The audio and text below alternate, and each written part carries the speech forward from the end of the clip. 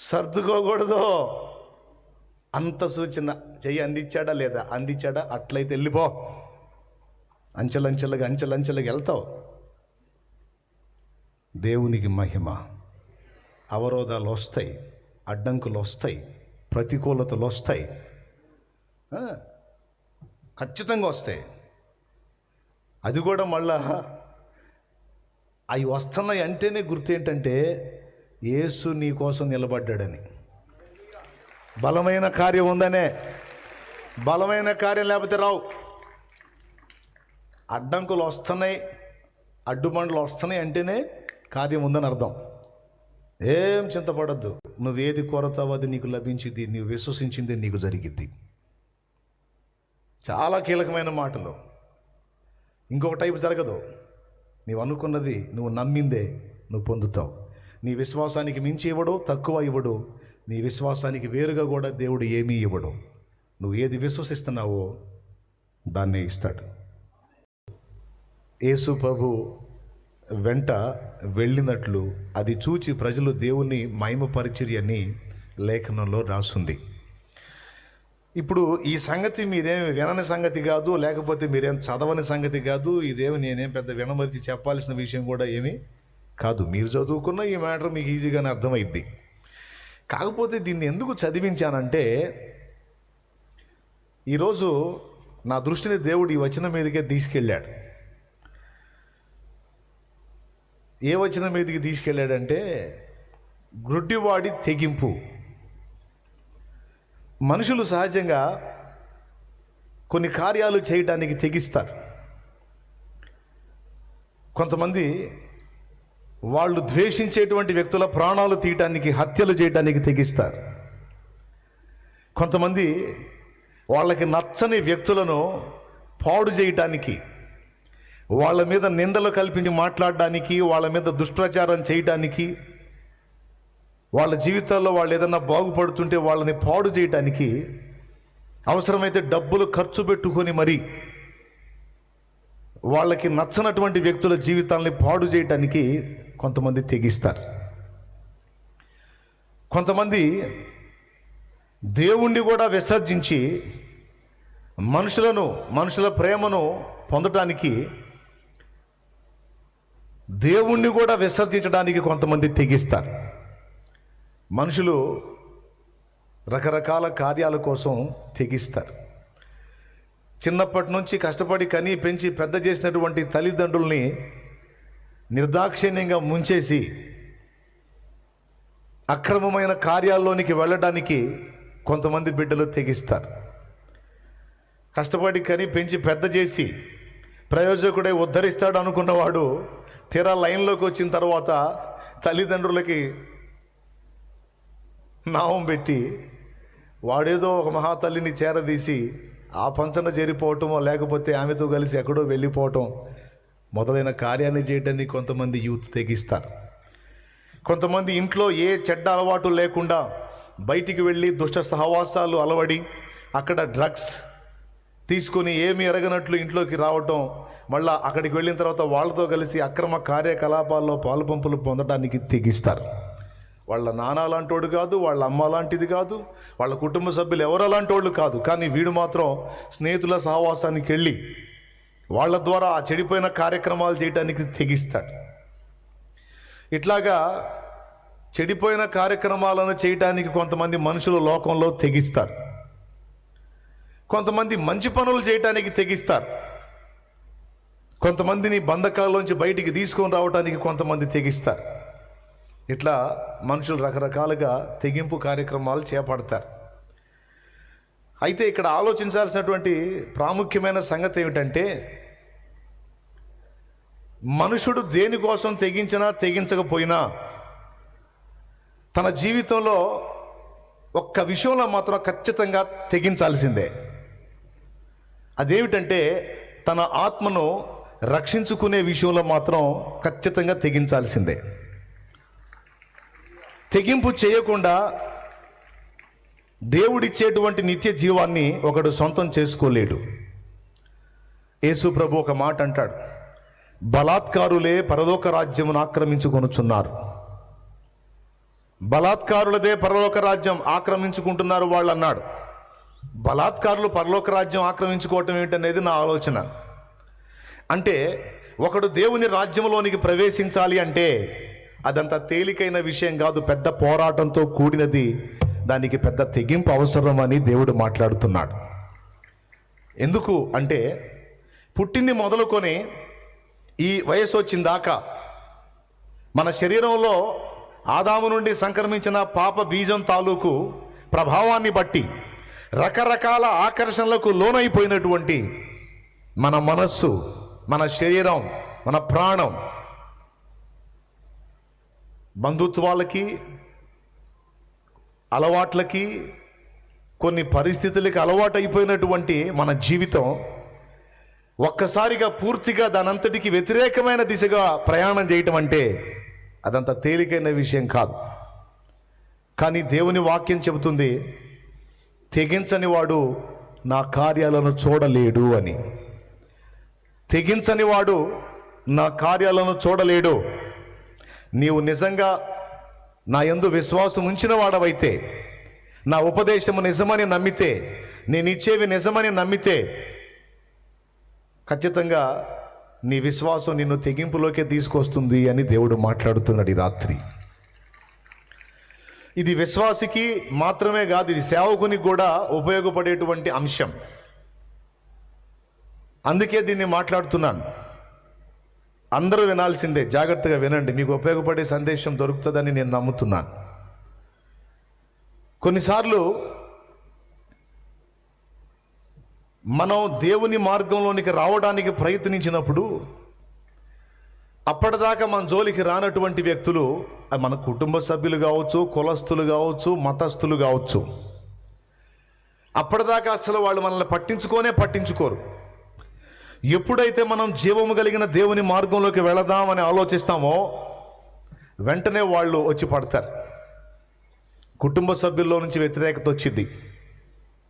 ఏదో చర్చికి వెళ్తున్నావంటే, ఏదో పరిస్థితులు బాగలేవు కాబట్టి వెళ్ళావంటే ఏదో పోనిచ్చాం, వెళ్ళటమే కదా, ఏందో బాప్తీసం అంటున్నావు, దేవుని మనిషిగా మారిపోతానంటున్నావు. అసలు అవన్నీ మనకెందుకు? మన కుటుంబం ఎలాంటి కుటుంబం? మన కుటుంబానికి ఎంత పేరుంది? నువ్వు పోయి వాళ్ళలో కూర్చోవటం ఏమిటి? నువ్వు పోయి ఆ మతంలో కలవటం ఏమిటి అని మాట్లాడటం మొదలు పెడతారు. ఇదే మనిషి మళ్ళీ వెళ్ళి చెడిపోతుంటే వాడిని అడ్డగించరు. ఎందుకంటే మిగిలిన వాళ్ళు కూడా ఆ స్థితిలోనే ఉన్నారు కాబట్టి, కుర్రోడండి, ఈ వయసులో కాబట్టి ఏ వయసులో చేస్తాడు, ఏముందిలే, అందరు చేస్తున్నారు, ఆడు చేస్తున్నాడు, దానికి ఏం గొప్పగా చెబుతారు ఏంటి అనేస్తాడు. అదే కుర్రోడు ఆ చెడుతనం వదిలిపెట్టి మారు మనసు పొంది యేసయ్య మార్గంలోకి వస్తూ ఉంటే ఏం బాధో వాళ్ళకి తెలియదు పాపం. తెగ బాధపడిపోతారు. అడ్డగించడానికి ఖచ్చితంగా నీకు ఎదురు వస్తారు. వాళ్ళు కాకపోతే నీ కులస్తులు ఎదురొస్తారు, వాళ్ళు కాకపోతే నీ మతస్థులు ఎదురొస్తారు. నువ్వు కానీ వెళ్ళి ఆ యేసు ప్రభువులో కలిసావంటే, మా సంగతి నీకు తెలుసు కదా, మా కులంలోంచి నేను నిలేస్తా ఉంటాడు. నువ్వు కానీ పోయి ఆ యేసు ప్రభువులో కలిసావంటే, మా సంగతి నీకు తెలుసు కదా, నువ్వు సస్తే మా కబరస్థానంలో నీకు స్థానం ఉండదంటాడు. మా బొందలగడ్డలో నిన్ను పెట్టనీయం. నీ సమాధి మా శ్మశాన వాటికి రాదు. ఇప్పుడు ఈ సమాధులు గొడవ ఎక్కువ. బతుకు సంగతి సరే, చచ్చిపోయినాక ఎక్కడ పెట్టాలో అర్థం కావట్లేదు అన్నోళ్ళు ఉన్నారు. పాపం నా దగ్గర ఓ పిచ్చి తల్లి అడిగింది. ఆ వయసు దగ్గర 70 ఏళ్ళు పైన ఉంటాయి. నా దగ్గరికి వచ్చి ఇదిగో అంది. ఏంటన్నాను. నువ్వు బాప్తీసం ఇస్తానంటున్నావు, నేను తీసుకుంటా, కానీ మరి నేను చచ్చిపోతే నా శవాన్ని మా వాళ్ళకి ఇస్తావా అని అడిగింది. ఇక నేనేమన్నా బ్యాంకులో వేసుకుంటానా అన్నాను. నేనేం చేస్తాను ఆ శవాన్ని? నేనేమన్నా దాచిపెట్టుకుంటానా? నేనేం చేసుకుంటాను పిచ్చిదానా అన్నాను. కాదులే, నేను యేసుప్రభు మార్గంలోకి వస్తే మళ్ళీ నా శవాన్ని వాళ్ళకి ఇవ్వవేమో అని. నాకు నవ్వు వచ్చింది. చూడండి, ఆమె హృదయంలో ఒక భయం. ఎందుకంటే నేను బాప్తీసం పొందితే ఈయన గారు వచ్చి నా శవానికి అడ్డుకుంటాడేమో, అప్పుడు నా పిల్లగాడు అసలే నోరు లేనోడు, మా మతస్థులంతా వచ్చి వాడి మీద పడి వాడిని కొడతారేమో, గందరగోళం చేస్తారేమో, అందుకని ముందే మాట తీసుకుంది.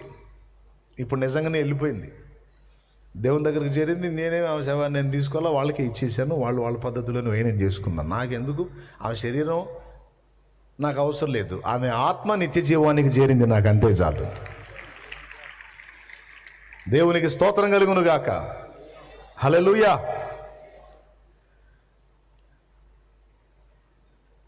మతస్థులు వచ్చేస్తారు. ఏంటి నిన్ను చూస్తున్నావు, నువ్వేంది ఈ మధ్యకాలంలో మన కార్యక్రమాల్లో పాలు పంపులు పొందట్లేదు, ఏదో బైబిల్ తీసుకొని తిరుగుతున్నామని తెలిసింది. నేను చూడలేదులే వాళ్ళు అంటే విన్నాను నేను. ఒకటి ఈడే చూస్తాడు. నేను చూడలేదులే వాళ్ళు మనవాళ్ళు అంటేను. ఎందుకట్లా? ఏంటి మన దగ్గర ఏం తక్కువైందని నీకు అట్ట పోతున్నావు నువ్వు? నాకు అది సత్య మార్గం అనిపించింది.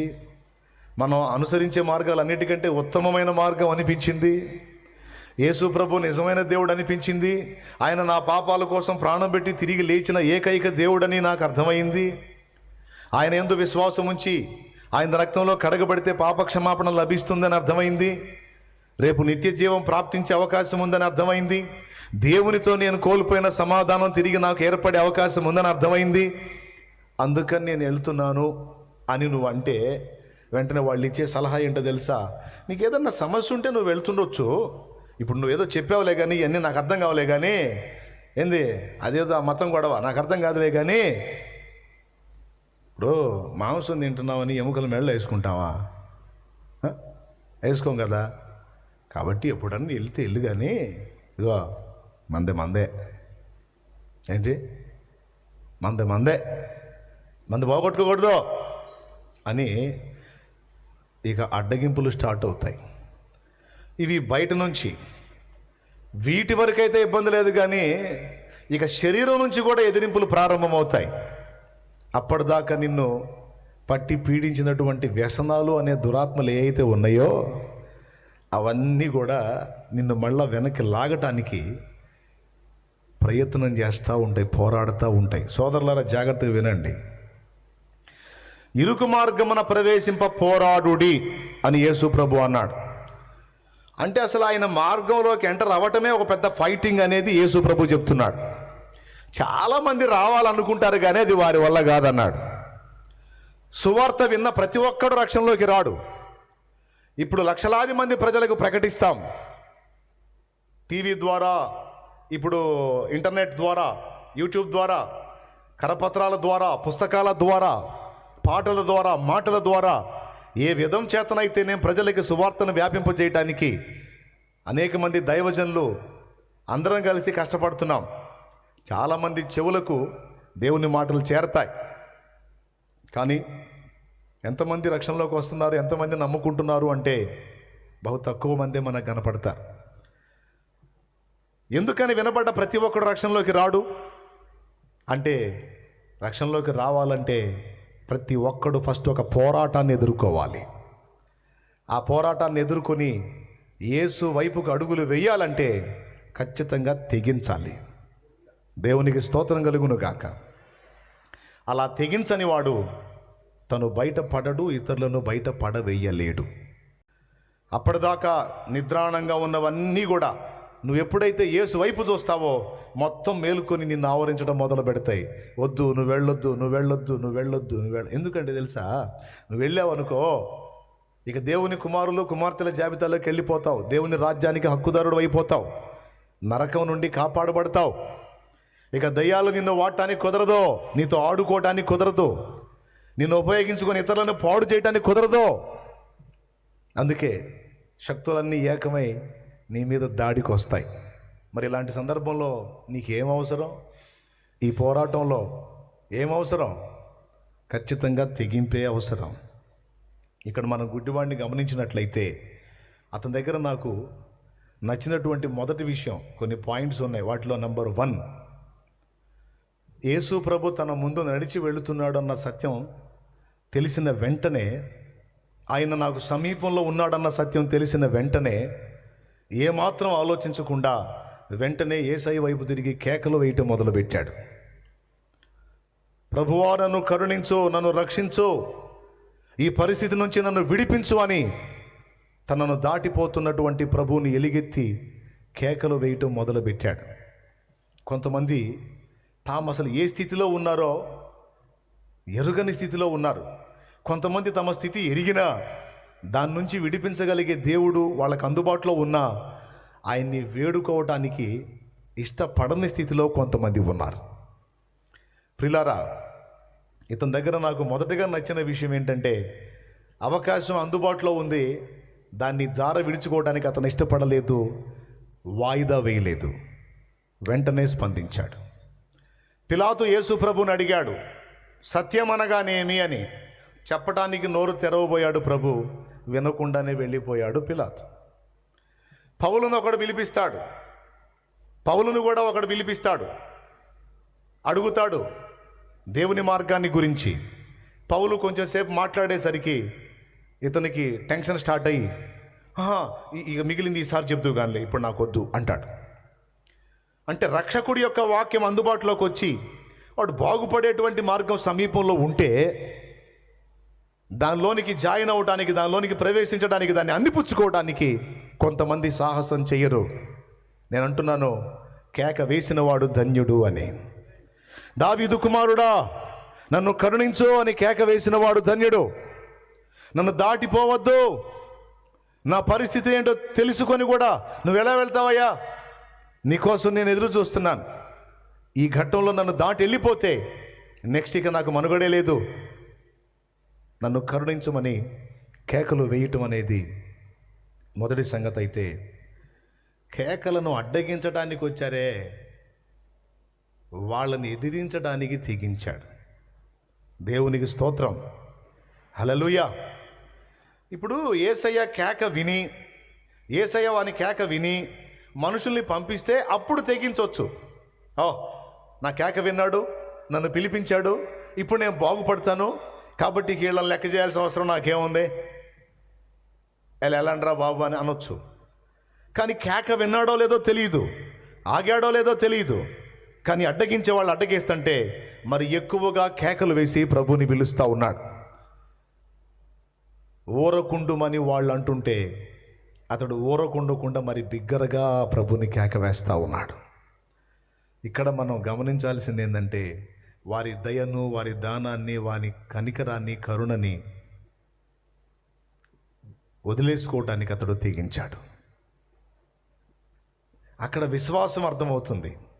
నా కేక తప్పకుండా యేసుకు వినబడిద్ది ఖచ్చితంగా. ఎందుకంటే ఇక్కడ నేను ఉన్నప్పుడు ఆయన నా ముందుగా వెళ్ళాడు అంటే నన్ను చూసే వెళ్ళుంటాడు, ఖచ్చితంగా ఆయన నా గురించి ఆలోచిస్తానే ఉంటాడు.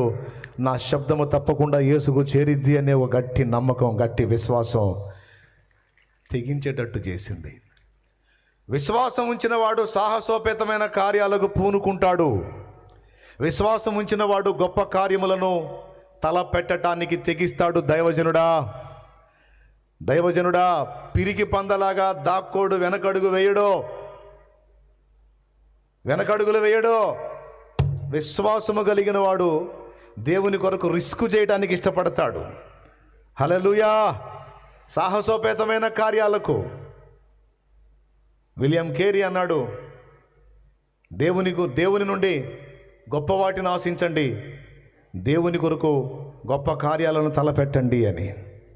చాలా అద్భుతమైన మాట. దేవుడి నుండి నువ్వు ఏదైనా అడిగితే నీ రేంజ్లో అడగొద్దు, ఆయన రేంజ్లో అడుగు అంటాడు ఆయన. ఏ రేంజ్లో? ఎవరి రేంజ్లో? నీ రేంజ్లో కాదు, దేవుడి స్థాయి ఏంటో తెలుసుకొని ఆయన రేంజ్లో అడుగు. దేవునికి స్తోత్రం.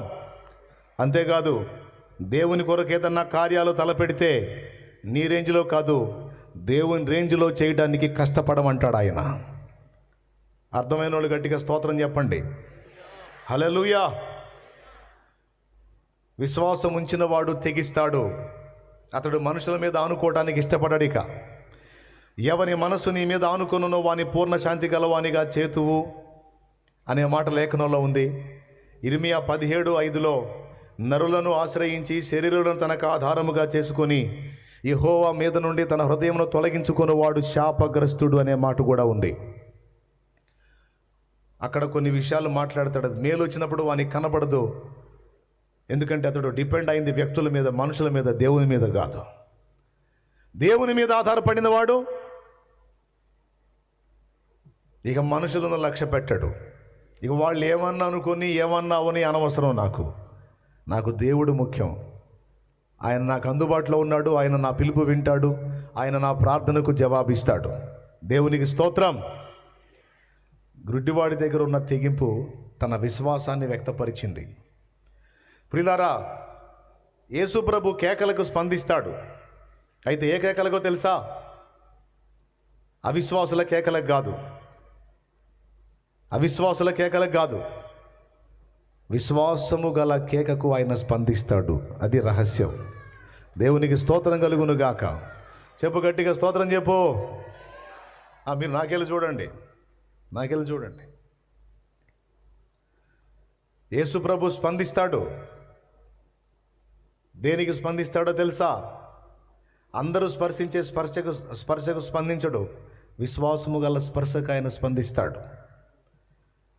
దేవునికి స్తోత్రం. హల్లెలూయా. యేసు ప్రభు కార్యం చేస్తాడు. అందరి కార్యాలకు సహాయం చేయడు. విశ్వాసముతో జరిగించే కార్యానికి తప్పకుండా సహాయం చేస్తాడు. హల్లెలూయా. ఈ 3 సంగతులు మీరు ఎరుగుదురు లేఖనంలోనే. యేసు ప్రభుని ఇతడు పిలిచాడు.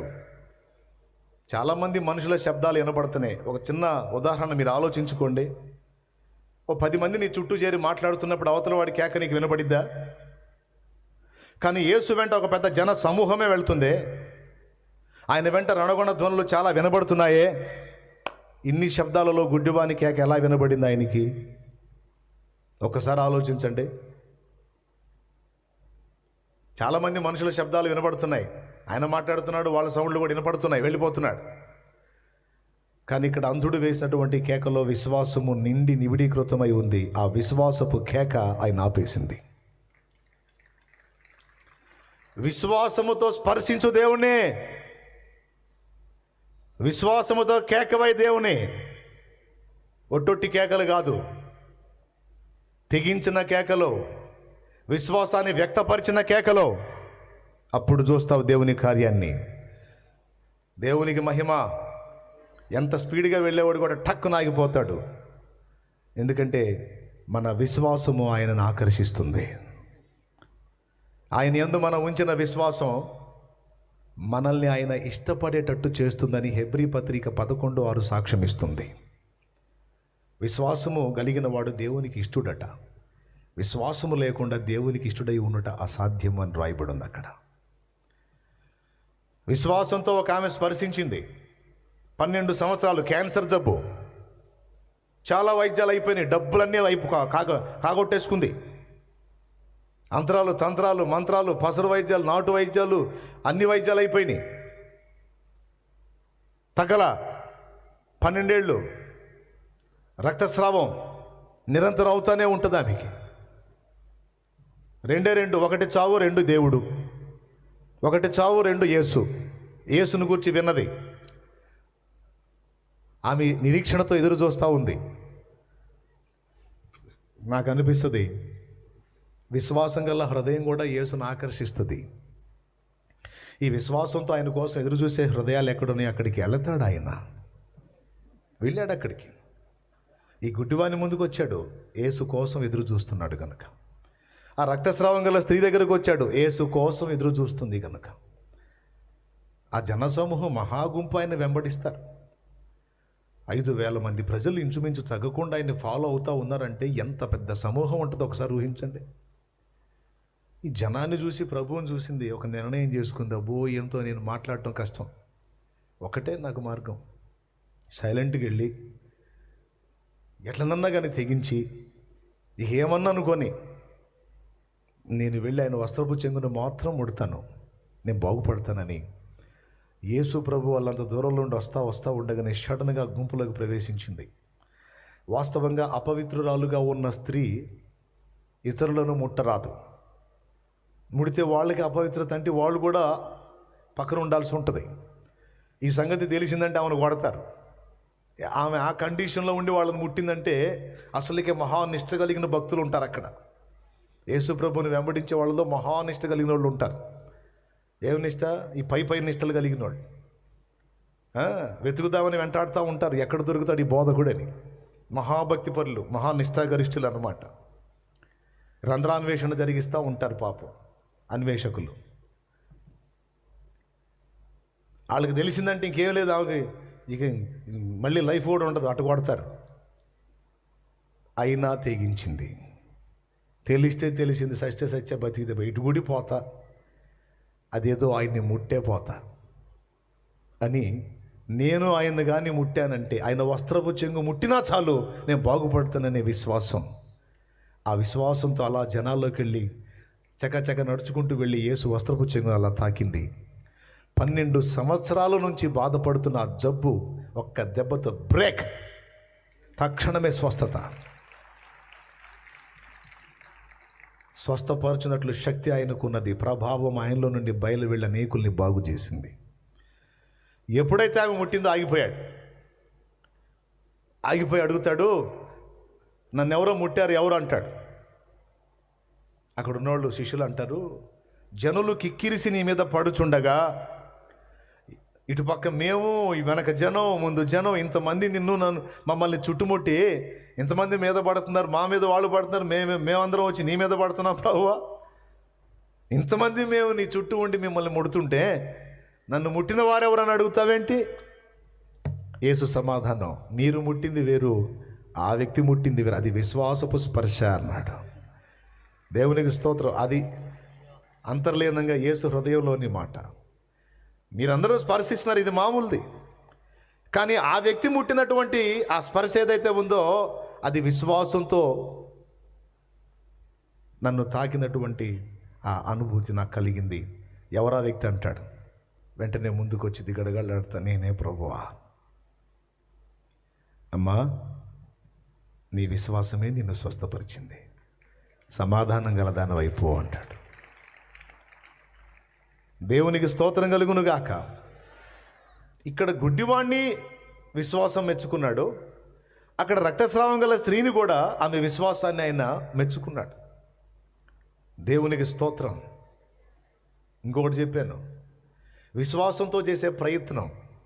పక్షవాతం జబ్బున్న వ్యక్తిని యేసు ప్రభువున ఇంటికి తీసుకొచ్చి జనాలు ఫుల్గా ఉండి ఈ జబ్బున్న వ్యక్తిని ఆయన ముందుకు తీసుకెళ్ళడానికి ఖాళీ దొరక్క ఆయన మోసుకొచ్చినటువంటి 4 వ్యక్తులు ఆ ఇంటి యజమానుని అడిగి, బాబు వీడు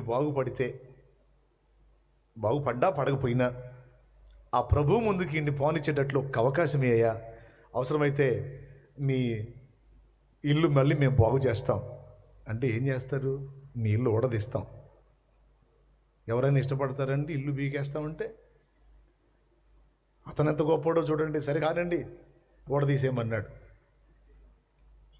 ఈ బెడ్ మీద పండుకున్నాడు, ప్రశాంతంగా పండుకున్నాడు, మంచిగా చూస్తూ ఉన్నాడు, ఊడదీయండి అని. మనోడు పవళింపు సేవలో ఉన్నాడు. మరి మనోడికి అంత మొయ్యటమే. దేవునికి స్తోత్రం. చక్కగా ఆ పెంకులన్నీ ఆ పైన ఉన్న కప్పంతా ఊడదీసి ఈ మంచం పట్టే సైజుకి మొత్తం ఓపెన్ చేసి ఆ 4 త్రాళ్ళతో పైకి తీసుకొని యేసు ప్రభు మధ్య ఆయన ఎదురుగా అలా దించితే అక్కడ రాసుంది, ఆయన వారి విశ్వాసము చూచి అని. చప్పట్లు కూడా దేవుని మహిమపరుద్దామా గట్టిగా. ఆయన వారి విశ్వాసం చూసి వాడిని బాగు చేస్తాడు, ఆ పేషెంట్ని. ఇక్కడ పేషెంట్కి విశ్వాసం ఉందా లేదా అన్నది కాదు, పేషెంట్ పని ఒక్కటే, కదలకుండా వండుకోవటం. దేవునికి స్తోత్రం. వానికి కూడా విశ్వాసం ఉందని నేను అంటాను. ఎందుకో తెలుసా? ఎట్లనన్నా కానీ నేను ఆయన ముందుకు పోయి పడ్డానంటే ఆయన నన్ను బాగు చేస్తాడని నమ్మకపోతే వాళ్ళు పెంకులు ఓడదీసి ఇతన్ని దించడానికి ఇష్టపడ్డారు అనుకో, ఈ పడుకునోడు ఇష్టపడద్దు. ఈ పైకి లాక్కునే ప్రక్రియలో ఏమాత్రం జారాడు అనుకో, దేవునికి స్తోత్రం, హల్లెలూయా, కాలు చేయి బాగుపట్టువేవో కానీ ఉన్నాయి కూడా, ఏమైందో తెలీదు. పాపం గుండెల్లో దడ కొట్టుకొని ఉంటుంది. ఎందుకంటే అట్లా తాళ్ళుతో లాగుతూ ఉంటే మరి ఏం భయం కాదు. విన్యాసం అంతా వాళ్ళది కాదు, మనోడిది, పడకలో ఉన్నోడిది విన్యాసం. బొమ్మలా కదలకుండా కూర్చో, మన బావిలో బకెట్ చేసినట్టు చేదారు పైకి.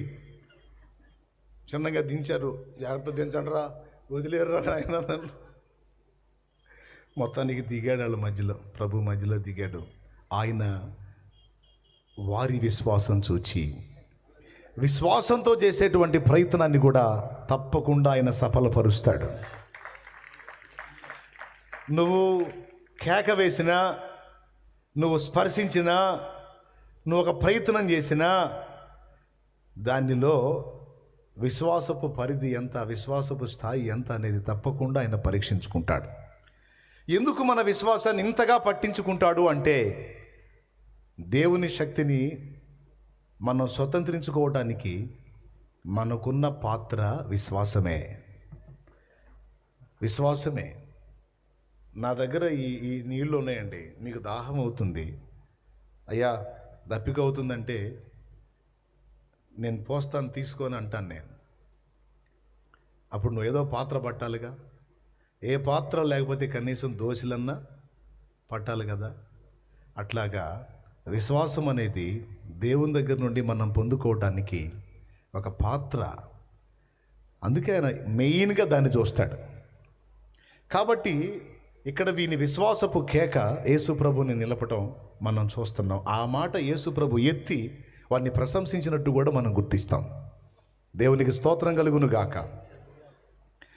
కాబట్టి మొట్టమొదటిది, అవకాశాన్ని అందుబాటులో ఉన్నప్పుడు అందిపుచ్చుకున్నాడు, వాయిదాలు వేసుకొని నష్టంలోకి వెళ్ళాల. నంబర్ 1. నంబర్ 2, అవరోధాలు అడ్డొచ్చినాయి అని ఆగిపోలా. కొంతమంది చాలా తీవ్రమైనటువంటి కృషి చేస్తారు. ఏ అవరోధాలు రానంత వరకు మహా తెగింపుతో ముందుకెళ్తారు. ఏదన్నా గట్టి ఘట్టం అడ్డు తగిలింది అనుకో, ఇకంతే అక్కడ కూర్చుంటారు. కొంతమంది భక్తి ఎట్ట తగలబడిద్ది.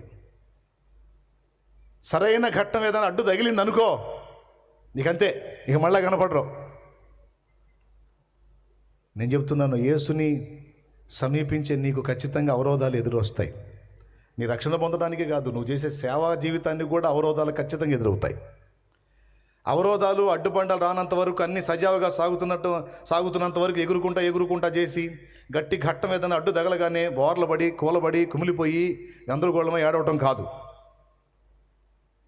అవరోధం అడ్డగించినప్పుడు మరి ఎక్కువగా కేకలు వేయటం అనేది విశ్వాసం. మరి ఎక్కువగా ప్రయత్నం జరగాలి. దేవునికి స్తోత్రం కలుగునుగాక. విశ్వాసం కూలబడదు. విశ్వాసం ఎక్కడ వేసిన గొంగడ అక్కడన్నట్టు ఆగిపోదు. తప్పకుండా మళ్ళా ప్రయత్నం చేసిద్ది. ఇది ఏలియా మనకు చూపిస్తాడు.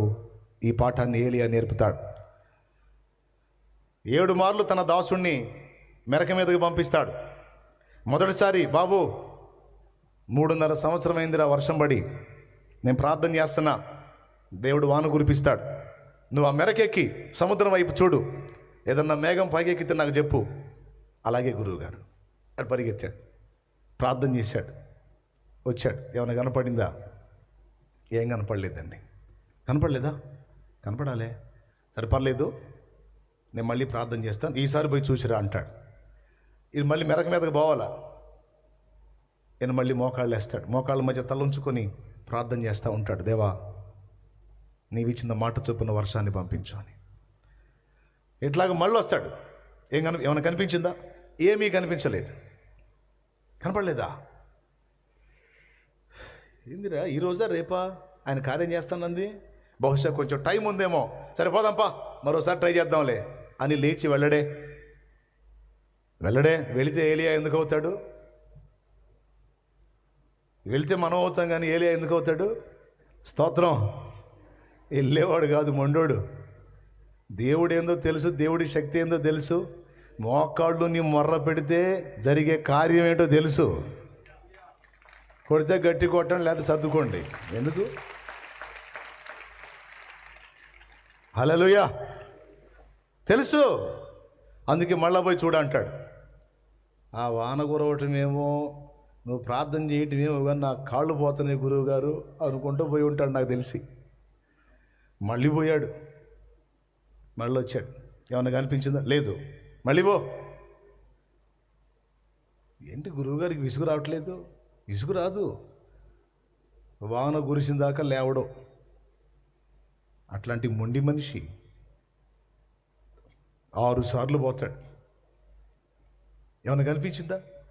ఏం లేదు గురువుగారు, 6 సార్లు పోయి ఇచ్చాను గురువుగారు. అవునా, సరే ఈసారి ఇంకా గట్టిగా దేవుణ్ణి వేడుకుంటాను పో, ఇప్పుడు చూసి రాపో. అప్పుడు మళ్ళీ పరిగెత్తుతాడు. అప్పుడు కనపడిద్ది, 7వసారి కనపడిద్ది. అరచేయంత మేఘం, అరచేయంతే ఇంత మేఘం సముద్రంలో నుండి రయ్యమని పైకి వెళ్తూ ఉంటుంది. అది చూస్తాడు. అప్పుడు పరిగెత్తుకుంటూ వస్తాడు. గురువుగారు నేను చూశాను. ఏం చూసావు? అరచెయ్యంత మేఘం సముద్రంలో నుండి పైకి వెళ్తుంది అన్నాడు. రైట్. ప్రార్థనకు జవాబిచ్చిన దేవునికి స్తోత్రం. హల్లెలూయా. వెంటనే ఏలియా ఏమన్నాడో తెలుసా? విస్తారమైన వర్షం కురవబోతుంది, వెళ్ళి అహబుకు చెప్పమన్నాడు. అరచెయ్యంత మేఘానికి విస్తారమైన వర్షమా? What is this? అరచేయంత మేఘానికి ఏమాత్రం వర్షం అండి, కానీ అరచేయంత మేఘానికి విస్తారమైన వర్షం కురుస్తుంది పో అన్నాడు. అంటే ఏంటో తెలుసా? ప్రార్థనకు జవాబు స్టార్ట్ అయింది, ఇక పట్టజాలనంత ఆన్సర్ వచ్చింది, ఇక పోమన్నాడు. అది దానికి నాంది అరచేయంత. అంటే ఇక బలమైన కార్యం జరగబోతుంది పో. నీకు ఇంతలా సూచన అవసరంలా, కొంచెం సూచన చాలు, దాన్ని ఆధారం చేసుకొని వెళ్ళు, దూసుకెళ్ళిపో. నిన్న ఆపట ఎవడతరం కాదు.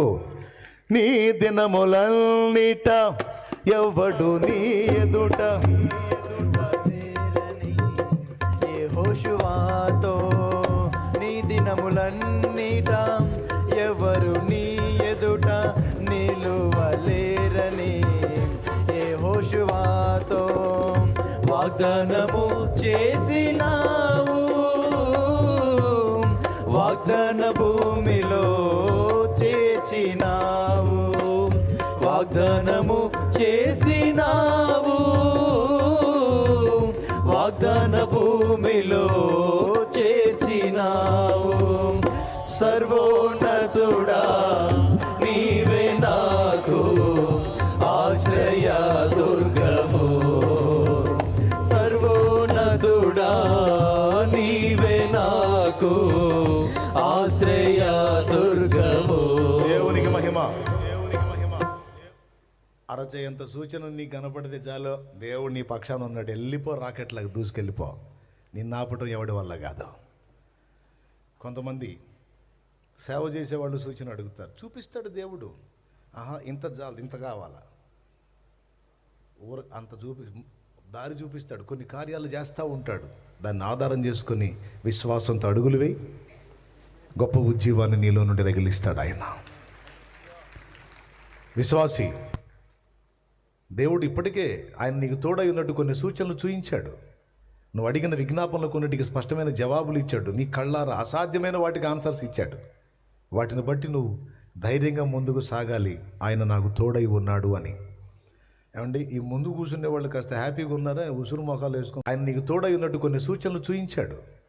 నువ్వు అడిగిన విజ్ఞాపనలు కొన్నిటికి స్పష్టమైన జవాబులు ఇచ్చాడు. నీ కళ్ళారా అసాధ్యమైన వాటికి ఆన్సర్స్ ఇచ్చాడు. వాటిని బట్టి నువ్వు ధైర్యంగా ముందుకు సాగాలి, ఆయన నాకు తోడై ఉన్నాడు అని. ఏమండి, ఈ ముందు కూర్చునే వాళ్ళు కాస్త హ్యాపీగా ఉన్నారా? ఉసురు మొఖాలు వేసుకొని ఉన్నారు.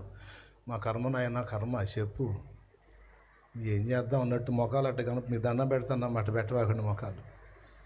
కాస్త నవ్వండి అమ్మా, కాస్త స్పందించండి, లేకపోతే ఆ చివరు కూర్చోండి, కొత్త వాళ్ళు ముందుకు వచ్చి కూర్చోండి. ఈ ఫేసులు చూడలేక వస్తున్నాను నేను. దేవునికి స్తోత్రం. హల్లెలూయా. ఏమండి, ఈ ఉసురు మొఖాలు చూసి నరాలు వీక్నెస్ వచ్చింది నాకు. ఇది నాకు ఇదొక శోధన. అబ్బాయి రేపు పగలపూట కొత్త వాళ్ళని కూర్చోబెట్టండి ఇక్కడ. దేవునికి మహిమ. చెప్పండి గడియాబడే. ఇంతమంది ఉన్నారు, ఎంత సపోర్ట్ రావాలి? వాళ్ళు చూడు అసలు చప్పట్లు కొడతారు కొత్త వాళ్ళు. అసలు మేము కూడా ఒకప్పుడు అట్నే కొట్టేవాళ్ళు అన్నట్టు చూస్తాను. మళ్ళీ వీళ్ళు ఎక్కడొచ్చాగా మేఘం పైకి వెళ్ళిందా? అరచేంత సూచన. నిజంగా ప్రచండమైన వర్షం కురిసిందా లేదా? ఏలియా విశ్వాసం సిగ్గుపరిచిందా? మాటలు వింటాం కాదండి, అలాంటి పట్టు నేర్చుకోవాలి. రాకడలో నిలబడి అనేకులను నిలబెట్టే వాళ్ళు ఇలాంటి వాళ్ళు అయితేనే. ఉసురు మొహం వాళ్ళు అయితే ఏం నిలబెడతారు? ఏదో 1-2 సార్లు ప్రయత్నం చేసాం, ఏమి అట్లా కష్టం వెళ్ళే అని సర్దుకుంటే అట్లా సర్దుకోకూడదు. అంత సూచన చెయ్యి అందించాడా లేదా? అందించాడా? అట్లయితే వెళ్ళిపో. అంచెలంచెలుగా వెళ్తావు. దేవునికి మహిమ. అవరోధాలు వస్తాయి, అడ్డంకులు వస్తాయి, ప్రతికూలతలు వస్తాయి, ఖచ్చితంగా వస్తాయి. అది కూడా మళ్ళా అవి వస్తున్నాయి అంటేనే గుర్తు ఏంటంటే యేసు నీ కోసం నిలబడ్డాడని. బలమైన కార్యం ఉందనే. బలమైన కార్యం లేకపోతే రావు. అడ్డంకులు వస్తున్నాయి, అడ్డుబండ్లు వస్తున్నాయి అంటేనే కార్యం ఉందని అర్థం. ఏం చింతపడద్దు. మనోడే మనకు మాదిరి. అవరోధాలు వచ్చినప్పుడు బిగ్గరగా కేక వేయాలి. మరి వాళ్ళకేం తెలుసండి? అడ్డుకునే వాళ్ళకి తెలుసా మన బాధలో? పాపం కళ్ళు లేనోడు బాధ తెలుసా? ఏమంటాడు తెలుసా? ఎందుకురా నన్ను ఆపుతున్నారు? ఎన్నోసార్లు గుంటలో పడ్డానురా. ఎదురు రాయి ఉందో రప్పుందో తెలియకుండా కాళ్ళకు తట్టుకొని బోర్ల పడి ఎన్నోసార్లు ఈ ముక్కు పగిలి రక్తం వచ్చిందిరా, ఈ నోరు పగిలి రక్తం వచ్చిందిరా, కంచంలో పురుగులు ఉన్నాయో, చేమలు ఉన్నాయో, దోమలు ఉన్నాయో నాకు తెలియదురా. అన్నంతో పాటు అన్నీ కలుపుకొని తిన్నాను నేను. ఎందుకురా నన్ను ఆపుతున్నారు? ఎందుకురా నన్ను ఊరకుండమంటున్నారు? శాపాన్ని అనుభవిస్తున్నాను రా, నేను నరకయాతన అనుభవిస్తున్నాను రా. కన్న తల్లిని చూడలేదురా, ఆమె ఎట్లా ఉంటుందో. తండ్రిని చూడలేదురా, ఆయన ముఖం ఎలా ఉంటుందో. నా ముఖం కూడా ఎలా ఉంటుందో నాకు తెలియదురా. పగటికి చీకటికి తేడా తెలియదు. పశువులు ఎన్నోసార్లు నన్ను తగిలి పడేసి వెళ్ళినాయి. నాకు ఈ ప్రతికూలత ఎదురైన ప్రతిసారి నేను ఎందుకు జన్మించాను, నాకు ఈ బతుకెందుకు అని ఏడ్చుకున్నాను రా. కనికరం ఉందిరా మీకు? నేను శాపాన్ని అనుభవిస్తుంటే కనికరం ఉందా? శాపం నుండి నన్ను విడిపించేవాడు నాకు అందుబాటులోకి వస్తే పిలవనియరేందిరా, ఆయన సమీపించనియరేందిరా, ఆయన వేడుకోనియరేందిరా నాయన, నన్ను అరవనియండిరా, నన్ను కేక వేయనియండిరా. ఆయన దాటిపోతే నా బతుకు లేదురా, నాకు జీవితం లేదురా. నా కళ్ళ ముందు ఉన్నది అన్నమో పురుగులో తెలియదురా. తిన్నాను, ఏం తిన్నానో కూడా తెలియదు. నా జీవితం ఒక దుర్భరం. అడ్డగిస్తారు, మీకేం తెలుసురా నా బాధ. హల్లెలూయా. ఈ గుండె ఘోష యేసు విన్నాడు, ఆగాడు. నీ అవరోధాలని ఆయన చూస్తూనే ఉన్నాడు. కేకలు వేసే గుడ్డివాడిని చూస్తున్నాడు, కేకలు ఆపడానికి ప్రయత్నించే అవరోధాలని రెండింటినీ యేసు చూస్తున్నాడు. అడ్డగించిన అవరోధాలను బట్టి ఆగిపోతాడా? కేక ఆగిపోతుందా? కేక ముందుకు సాగుతుందని గమనిస్తే ఆ కేక ఎక్కువైపోయింది, అడుగు ఆగిపోయింది యేసుది.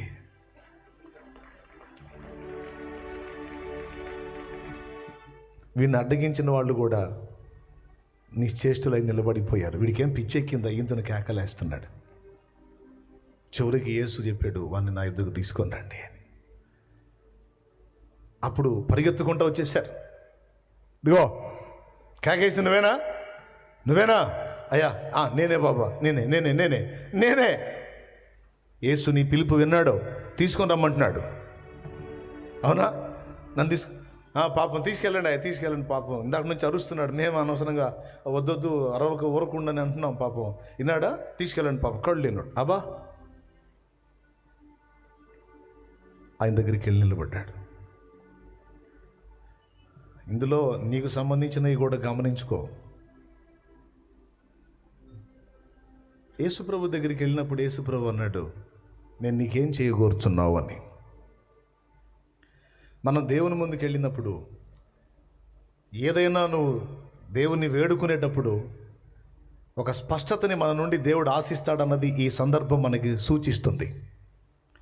ఎన్నిసార్లు నువ్వు దేవుని సమీపిస్తావో, మోకాళ్ళు దేవుని వేడుకుంటావో, వేడుకున్న ప్రతిసారి నువ్వు దేవుని ముందు ఏం ఉంచాలనుకుంటున్నావు, దేవునితో ఏం చెప్పాలనుకుంటున్నావు, ఆ విషయంలో నువ్వు క్లియర్గా ఉండాలి, స్పష్టంగా ఉండాలి.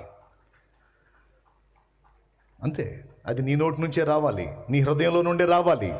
దాన్ని ఎదురు చూస్తాడు ఆయన. నీవేమి కోరుచున్నావు అన్నాడు. ఏమన్నాడు? నీవేమి కోరుచున్నావు అన్నాడు. అప్పుడు అతడు అన్నాడు, కళ్ళు లేనోడు ఏం కోరతాడండి? కళ్ళు లేనోడు ఏం కోరతాడు? పెళ్ళి కోరతాడా, లేకపోతే ఇల్లు కోరతాడా? కళ్ళు లేనోడు కళ్ళే కదా అడుగుతాడు. మళ్ళీ దీనికి మళ్ళీ ఆయన ప్రశ్నించడం ఎందుకు? నేను నీకేం చేయగోరుచున్నాను అడగటం ఎందుకు అంటే, తన హృదయంలో తను ఏం వాంఛిస్తున్నాడో తన నోటి నుండే వినాలని దేవుడు ఎదురు చూస్తున్నాడు. నీవేమి కోరుచున్నావు? ప్రార్థించేవాడు విశ్వాసం, అవరోధాలను లెక్క చేయని తనం, ప్రార్థించేవాడు, దేవుణ్ణి వేడుకునేవాడు, వ్యక్తపరిచే స్పష్టత, ఈ మూడు అవసరమే.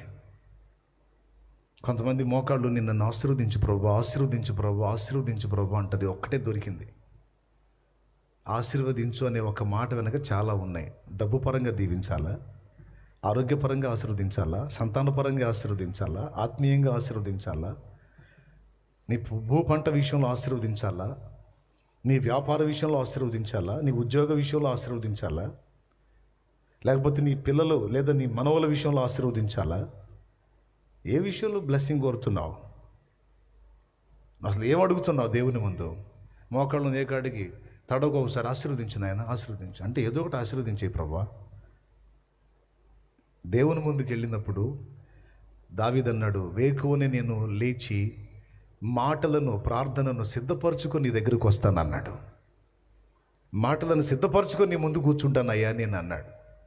గౌరవనీయమైన వ్యక్తి ముందుకు వెళ్ళేటప్పుడు ఏది పడితే అది మాట్లాడతాము. మనం ముందే డిసైడ్ చేసుకుంటాం, ఏం అడగాలో, ఎంత అడగాలో, ఎందుకు అడగాలో, ఎలా అడగాలో మొత్తం 1, 2, 3, 4 సార్లు అన్నీ స్పష్టంగా ఆలోచించుకొని, కొంతమంది అయితే ఎందుకు ఇంత మంచిదని పేపర్ మీద రాసుకొని, మరి ఏం లేదండి మిమ్మల్ని కొన్ని అడగాలనుకుంటున్నానని, నంబర్ 1 ఇది, నంబర్ 2 ఇది స్పష్టంగా ఇస్తారు. ఒక గౌరవనీయమైన వ్యక్తి ముందుకు వెళ్ళినప్పుడు ఎక్కువ టైము వాళ్ళు ఎవరు కనుక ఆ ఉన్న టైంలో వారికి స్పష్టంగా చెప్పడానికి. ఒకవేళ టైం ఇచ్చినా మనకి మర్యాద కాదు, గౌరవనీయమైన వ్యక్తి టైం తీసేయటం. ఏంటండి ఎమ్మెల్యే గారు, ఏంటి సంగతులు ఏముంది, బాగానే ఉంది, కానీ ఏంటి నువ్వు ఎందుకు వచ్చావు? ఎందుకేం లేదు మామూలుగా, అసలు ఏంటి సంగతులని అంటే ఏమంటాడు? సంగతి తర్వాత నీ సంగతి ఎందుకు చెప్పు అంటాడు. సంగతుల గురించి కాదు, లేకపోతే మాట్లాడదామని ఏం అన్నావు నువ్వు, ఎట్టుంటుంది?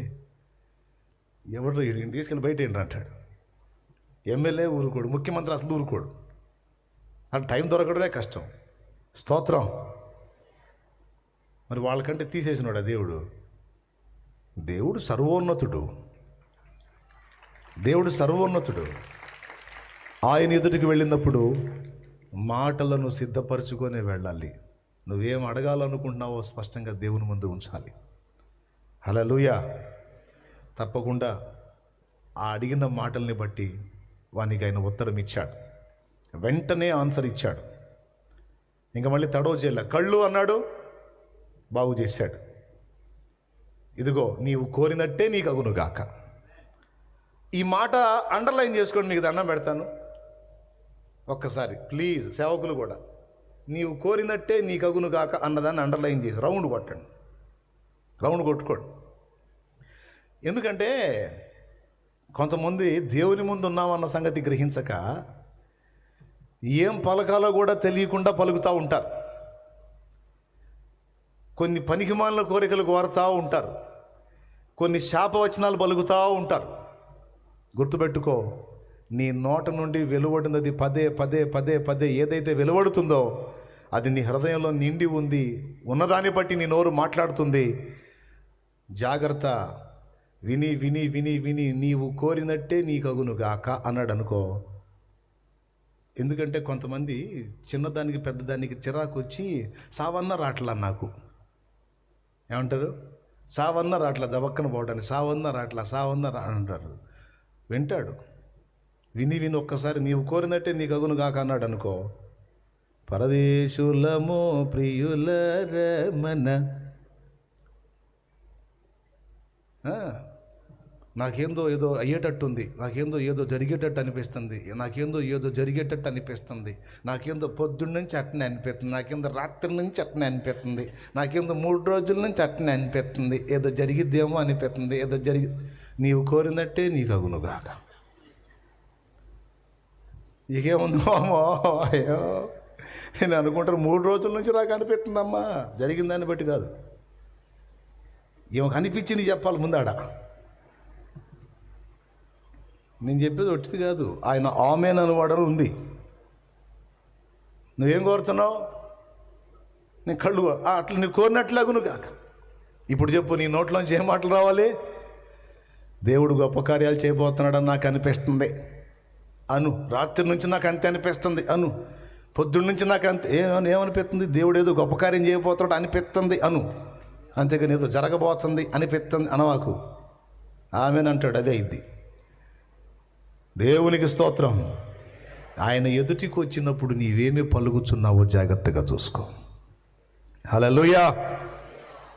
పిల్లల మీద ఆశీర్వచనం పలుకు, యజమానుడి విషయంలో ఆశీర్వచనం పలుకు, సంఘం విషయంలో ఆశీర్వచనం పలుకు, పరిచర్య విషయంలో ఆశీర్వచనం పలుకు.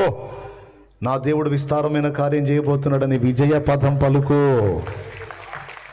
నేను ఇలా ఉన్నాను, నా దేవుడు నన్ను బలంగా వాడుకుంటాడు, నా దేవుడు నా పట్ల బలమైన కార్యాలు చేస్తాడని పలుకో.